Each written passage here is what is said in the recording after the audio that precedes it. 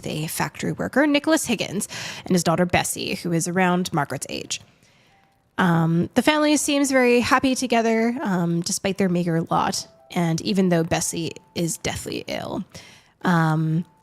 It is revealed that her ailment is attributed to particulate from cotton production. Her lungs are filled with fluff, inhaling the particulates. And if there isn't a fan to circulate the air, many people can die from this condition.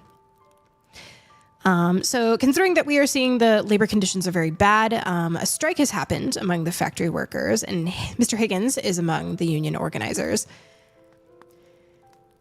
So we hear both sides of opinions leading up to the strike from the masters and the laborers.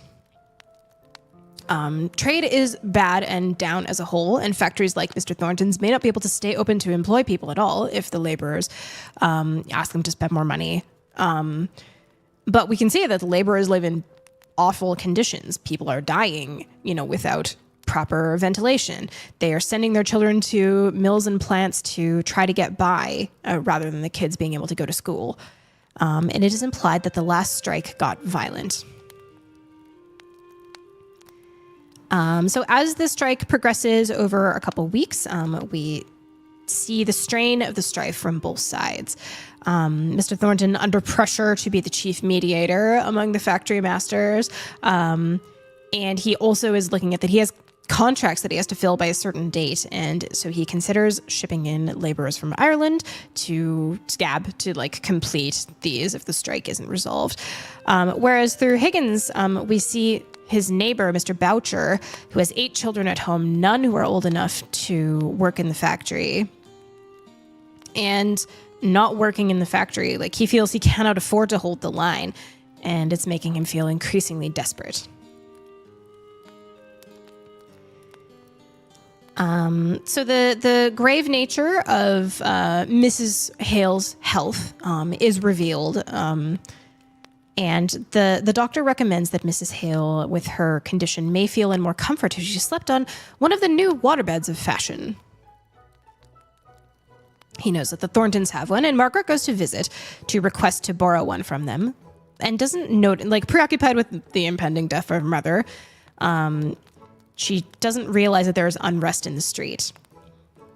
In response to Mr. Thornton bringing in Irish laborers, the striking laborers are in revolt, and they are charging at his gates. And so Margaret, who has come to call, is now trapped in the house with the Thornton family.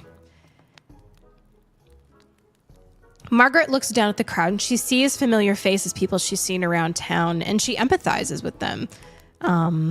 She can see what their conditions are like through the Higginses, and she implores of Thornton to go down to address the mob man to man, and maybe they will calm down and they won't be so violent. But as the crowd continues to clamor and get violent, she feels that this is injustice. It's not a fair fight. He is one man against hundreds, and she runs down in front of him to bodily protect him. Hoping as an innocent third party, as a woman, they will stay their hands. Unfortunately, a rock is thrown, and it hits Margaret in the head, knocking her out. Margaret's injury causes the crowd to disperse. None of them want the soldiers to arrest them for harming a woman, but we know that it was Mr. Boucher who threw the rock. Now, Thornton is taken aback by this, and he feels that Margaret did this as an act of love to protect him. He has to admit to himself that he is in love with this woman who is sacrificing herself for him. But while sort of semi-conscious coming back from being KO'd from this rock, Margaret hears the Thorntons' maids gossiping about this woman throwing herself at the master, so brazen.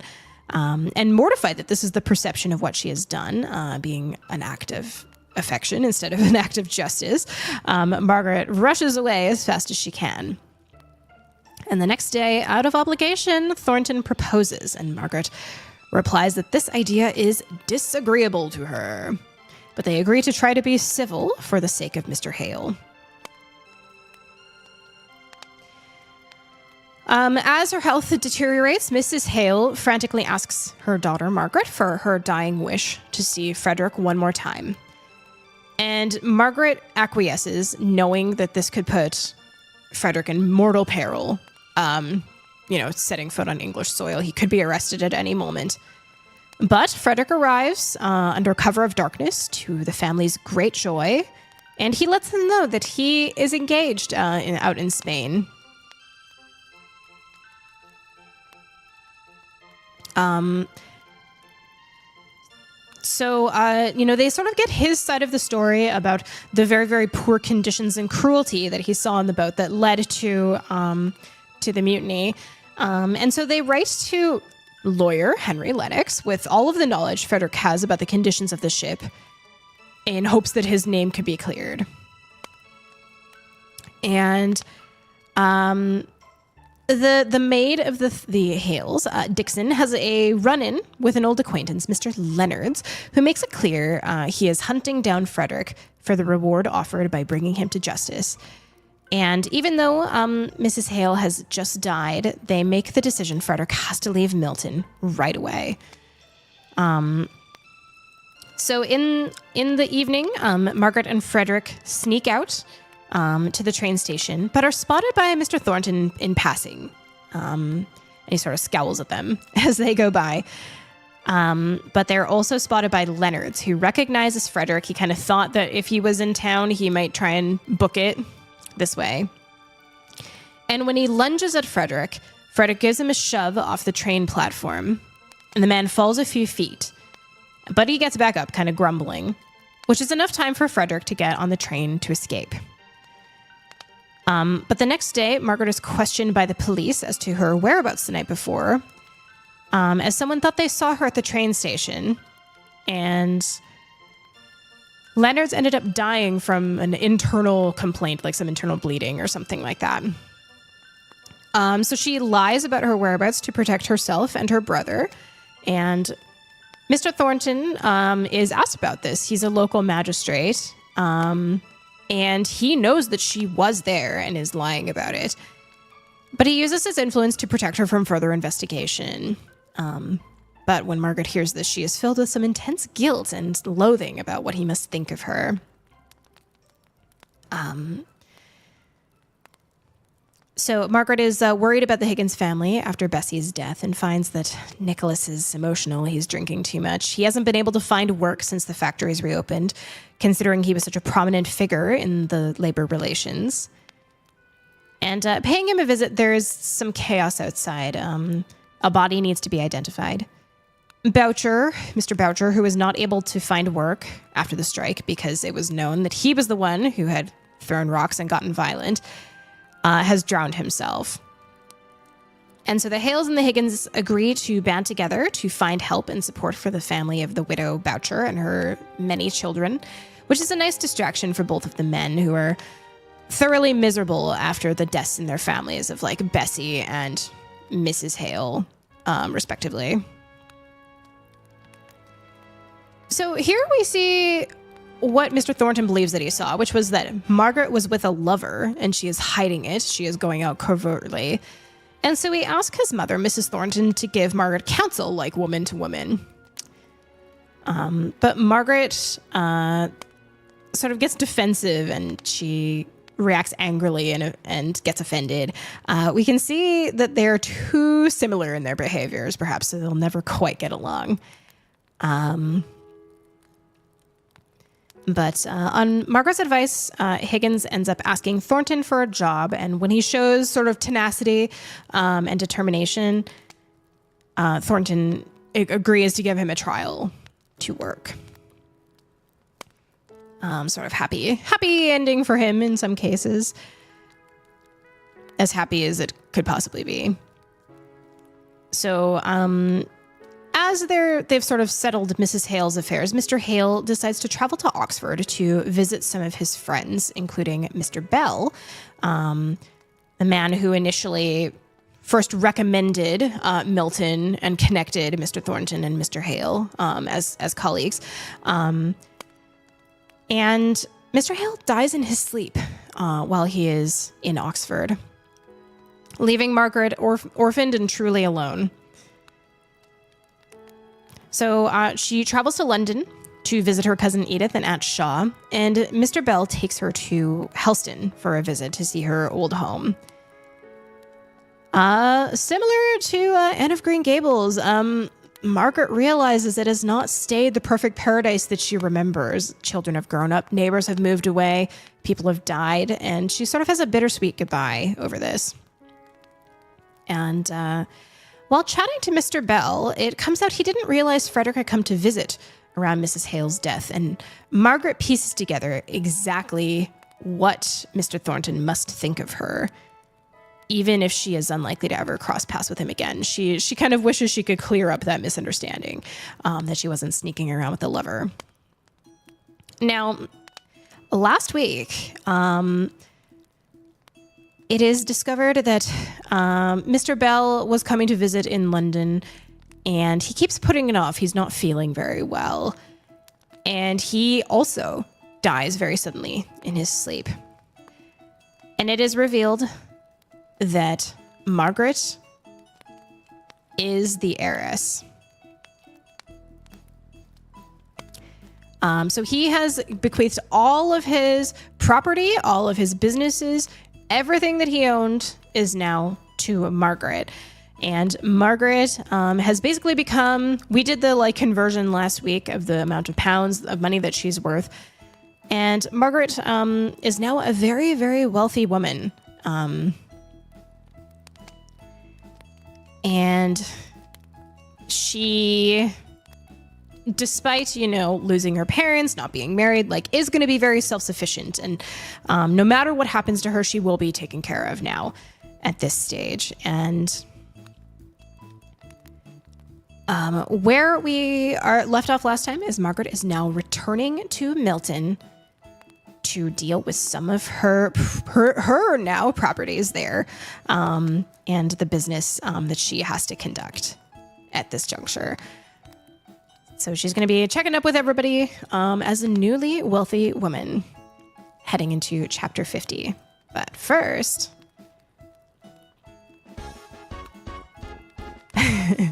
thank you so much, Wheatstalker, for the subscription. 23 months. I really appreciate it. How are you doing? It's lovely to see you. We are not too far away from another basho ahead of us. Wheatstalker and I love to geek out about sumo wrestling. I haven't really seen all of I heard the Banzuke, the rankings came out this week. I haven't had a chance to take a look at all the changes. But I'm going to have to get in my fantasy soon. Both Wheatstalker and I did very, very well in the fantasy last tournament. So maybe we can have repeat performances this year. We'll see.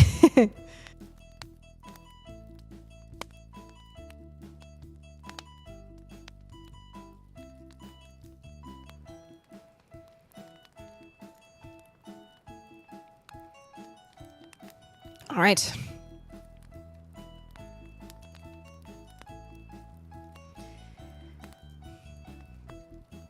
Why don't we jump on into our first chapter of North and South? We have 3 to go tonight to finish the story. Picking up at chapter 50.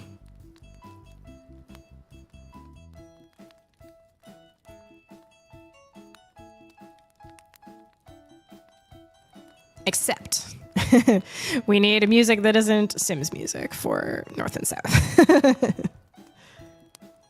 I was like, I'm missing something.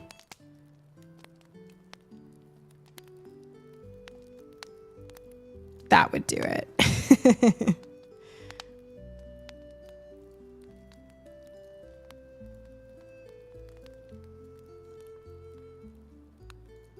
All right. There we are. Chapter 50. Changes at Milton. Here we go, up, up, up, and here we go, down, down, downy. Nursery song.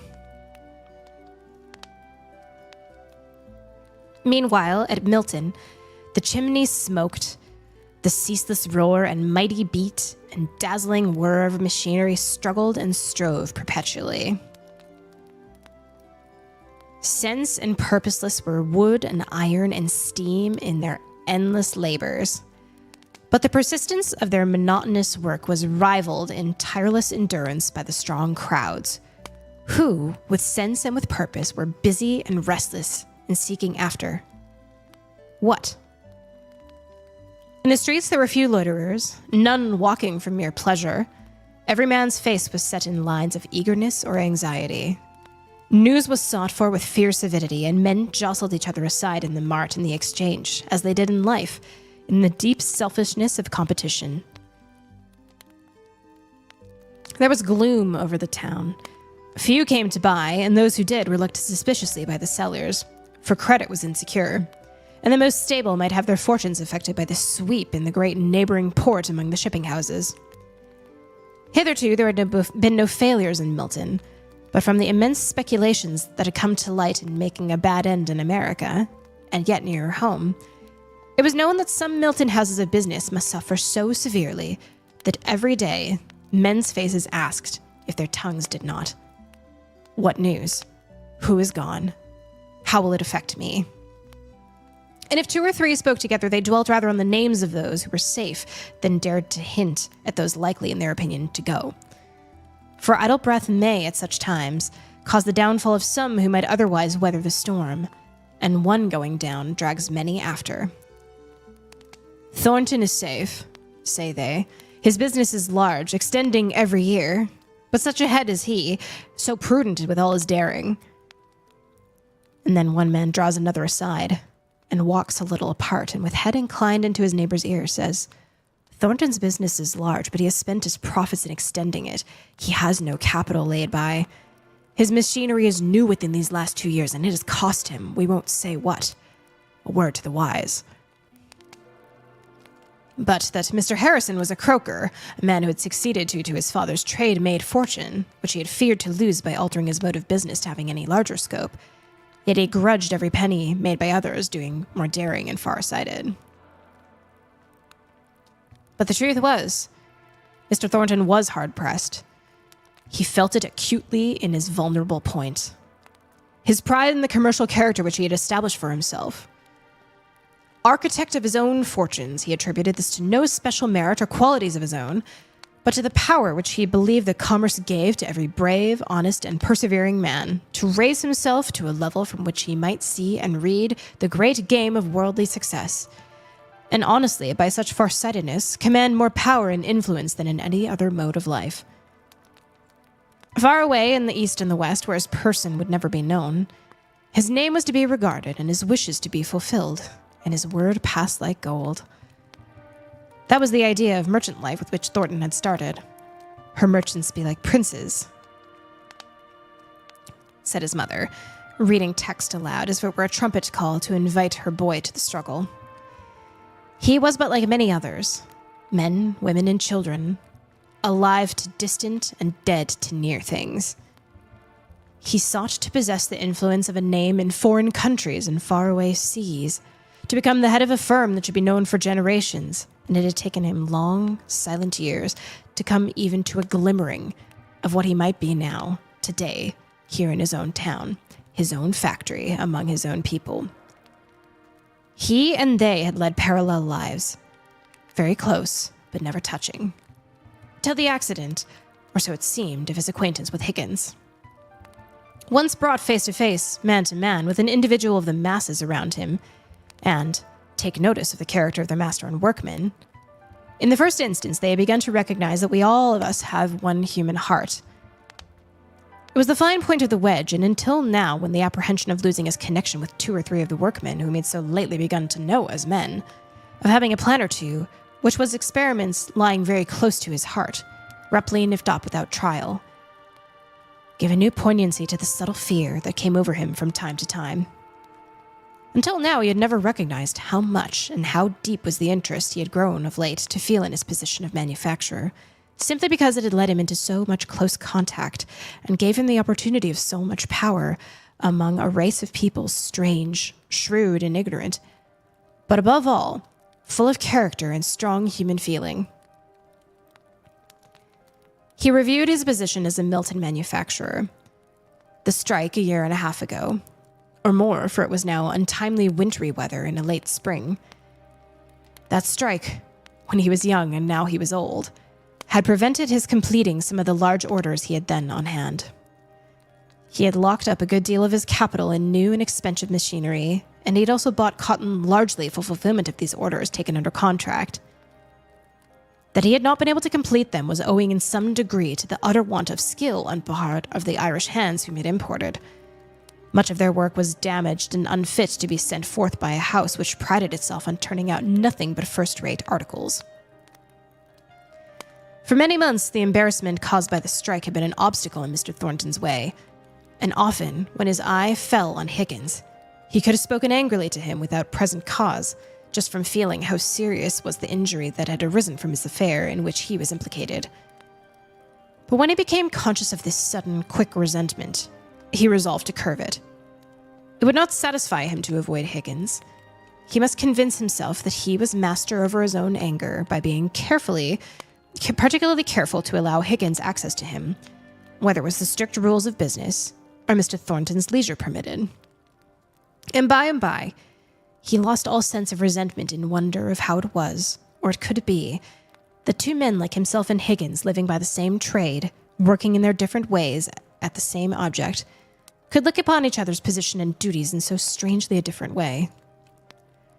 And thence arose that intercourse, which, though it might not have the effect of preventing all future clash of opinion and action, when the occasion arose, would at any rate enable both master and man to look upon each other with far more charity and sympathy, and bear with each other more patiently and kindly. Besides this improvement of feeling, both Mr. Thornton and his workmen found out their ignorance as to positive matters of fact, known heretofore to one side, but not the other. But now had come one of the periods of bad trade, when the market brought falling down the value of all large stocks. Mr. Thornton's fell to nearly half. No orders were coming in, so he lost the interest of the capital he had locked up in the machinery. Indeed, it was difficult to get payment for the orders completed, yet there was the constant drain of expenses of working the business. Then the bills became due for the cotton he had purchased, and money became scarce. He could only borrow at exorbitant interest, and yet he could not realize any of his property. But he did not despair. He exerted himself day and night to foresee and provide for all emergencies. He was as calm and gentle to the women in his home as ever. To the workmen in his mill he spoke not many words, but they knew him by this time, and many a curt, decided answer was received by them rather with sympathy for the care they saw pressing upon him, than with the suppressed antagonism which had formerly been smoldering and ready for hard words and hard judgment on all occasions. "The master's a great deal to potter him," said Higgins one day as he heard Mr. Thornton's short, sharp inquiry, why such a command had not been obeyed, and caught the sound of the suppressed sigh in which he heaved in going past the room where some of the men were working. Higgins and another man stopped over hours that night, unknown to anyone, to get the neglected piece of work done, and Mr. Thornton never knew but that the overlooker to whom he'd given the command in the first instance had done it himself. "I reckon I know he'd been sorry to see our master sitting like a great piece of calico. The old parson would have fretted his woman's heart out if he'd seen the woeful looks I'd seen on the master's face," thought Higgins one day as he was approaching Mr. Thornton in Marlborough Street. "Maester," said he, stopping his employer in a quick, resolved walk, causing that gentleman to look up with a sudden, annoyed start, as if his thoughts had been far away. "Have you heard aught of Miss Margaret lately?" "Miss who?" replied Mr. Thornton. "Miss Margaret, Miss Ale, the old parson's daughter. You know, I mean well enough, if you only think a bit." There was nothing disrespectful in the tone in which was said. "Oh, yes." And suddenly the wintry, frost-bound look of care had left Mr. Thornton's face, as if some soft summer gale had blown all anxiety from his mind. And though his mouth was as much compressed as before, his eyes smiled out benignly on his questioner. "She's my landlord now, Higgins. I hear of her through her agent, here every now and then. She is well and among friends. Thank you, Higgins. That thank you lingered after the other words, and yet came with so much warmth of feeling, let in a new light to the acute Higgins. It might be but a will-o'-the-wisp, but he thought he would follow it and ascertain whither it would lead him. And she is not getting married, Maester. Not yet. The face was cloudy once more. There was some talk of it, as I understand, with a connection of the family. Then she'll not be coming to Milton again, I reckon. No. Stop a minute, Maester. Then going up confidentially close, he said, Is the young gentleman cleared? He enforced the depth of his intelligence by a wink of the eye, which only made things more mysterious to Mr. Thornton. The young gentleman, I mean, Master Frederick, they call him. A brother-on was over here, you know. Over here? Aye, to be sure, at the missus' death. You need not be feared of my telling, for Mary and me, we knowed it all along, only we held our peace for we got through Mary working in the house. And he was over. It was her brother. Sure enough, and I reckoned you knowed it, or I'd never let you on. You knowed she had a brother. Yes, I knew all about him, and he was over at Mrs. Hale's death. Nay, I'm not going to tell more. I've gotten maybe them into mischief already, for they kept it very close. I know but want to know if they'd gotten him cleared. Not that I know of. I know nothing. I only hear of Miss Hale now as my landlord through her lawyer. He broke off from Higgins to follow the business on which he'd been bent when the latter first accosted him, leaving Higgins baffled in his endeavor. It was her brother, said Mr. Thornton to himself. I am glad. I may never see her again, but it is a comfort, a relief to know that much. I knew she could not be unmaidenly, and yet I yearned for conviction. Now I am glad. It was a little golden thread running through the dark web of his present fortunes, which were growing ever gloomier and more gloomy. His agent had largely trusted a house in the American trade, which went down along with several others, just at the time, like a pack of cards, the fall of one compelling other failures. What of Mr. Thornton's engagements? Could he stand? Night after night, he took books and papers into his own private room and sat up there long after the family were gone to bed. He thought no one knew of his occupation of the hours he should have spent in sleep. One morning, when daylight was stealing in through the crevices of his shutters and he had never been in bed, and in hopeless indifference of the mind, was thinking he could do without the hour or two of rest, which was all he should be able to take before the stir of daily labor began again.